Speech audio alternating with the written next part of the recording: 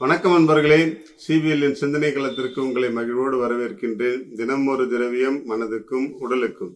1983ஆம் ஆண்டு இந்திய கிரிக்கெட் அணி உலகக்கோப்பையை வென்றது முதல் முறையாக. இது எல்லோருக்கும் தெரியும், உலக அறிந்த விஷயம். கிரிக்கெட்டை நேசிப்பவர்கள் எல்லோருக்கும் இந்த வெற்றி மிக ஒரு முக்கியமான வெற்றி என்பதை எல்லோரும் பேசுவார்கள். இன்றும் பேசப்பட்டு கொண்டிருக்கிற ஒரு மிகப்பெரிய செய்தி 1983ஆம் ஆண்டு நடந்த உலகக்கோப்பை இறுதிப் போட்டியில் இந்திய அணி வென்றது. அது வென்ற ஆச்சரியமான விஷயம் அப்படி என்ன அப்படின்னு சொன்னா, கிரிக்கெட் ஜாம்பவானாக கருதப்பட்ட, இருமுறை உலக சாம்பியனாக கருதப்பட்ட மேற்கிந்திய தீவுகள் அணியை குறைந்த ஸ்கோர்ல, குறைந்த ரன் எண்ணிக்கையிலேயே அவர்களை தோல்வியடை செய்து இந்திய அணி வெற்றி வாகை சூடியதுதான். இறுதி போட்டியில இந்தியா தேராது, ஏதோ ஒரு ஃப்ளூக்ல அவங்க ஃபைனலுக்கு வந்துட்டாங்க, வெஸ்ட் இண்டீஸ் கிட்ட அவங்களால நிற்கவே முடியாது அப்படின்னு சொல்லிட்டு நிறைய கருத்து கணிப்புகள் வெளியிடப்பட்டது. ஆனால் இந்திய அணி மிக சிறப்பாக செயல்பட்டு இளம் தலைவரான கபில் தேவ் அவர்களுடைய தலைமையில் மிக அருமையாக அந்த இறுதிப் போட்டியை அணுகி வெற்றி மகுடம் சூடி இந்திய கிரிக்கெட் வாழ்க்கைக்கு ஒரு பெரிய உத்வேகத்தையும் புதிய தொடக்கத்தையும் அது தந்தது. அந்த வெற்றியை இந்நாள் வரைக்கும் யாரும் மறக்க முடியாது, மறுக்கவும் முடியாது. அந்த வெற்றி முடிந்த, அந்த உலகக்கோப்பையில் வெற்றி அடைந்த பிறகு எல்லா பரிசளிப்பு நிகழ்ச்சிகளும் நடந்தது. இந்தியாவில் கொண்டாட்டங்கள் நடந்தது. உலகக்கோப்பை அணியினர் பங்கேற்ற ஒவ்வொருவரையும் கௌரவித்தார்கள். அவ்வாறு கௌரவிக்கப்பட்ட ஒவ்வொரு வீரருக்கும் நிறைய பரிசுகளும் கொடுக்கப்பட்டது.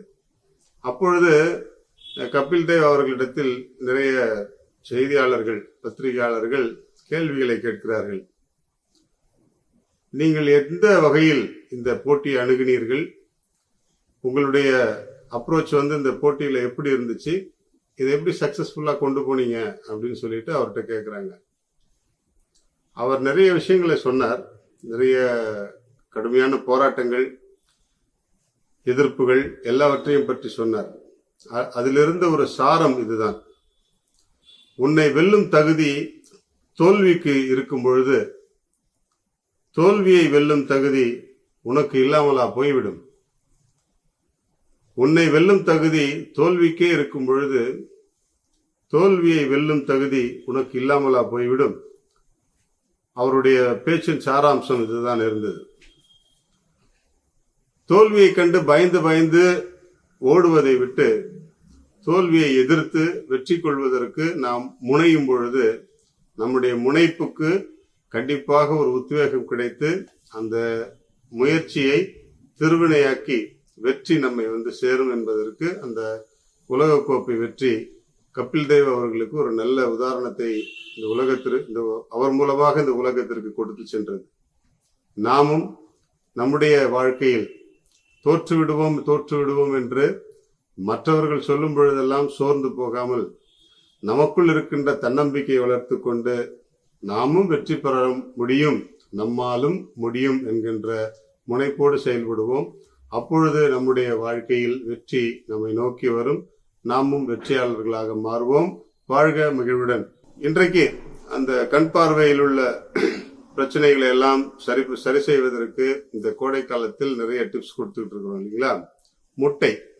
முட்டையில் இருக்கக்கூடிய மஞ்சள் கரு, சிறப்பாக முட்டையில் இருக்கக்கூடிய மஞ்சள் கருல கண் ஆரோக்கியத்திற்கான தாதுக்கள் நிறைந்திருக்கின்றன, சத்துக்கள் நிறைந்திருக்கின்றன. எனவே வாய்ப்பு கிடைத்தால் காலை சிற்றுண்டி உண்ணும் பொழுது முட்டை உணவில் கண்டிப்பாக சேர்த்துக் கொள்வோம். நம்முடைய கண்கள் பாதுகாப்பாக இருக்கும். நன்றி. வாழ்க மகிழ்வுடன்.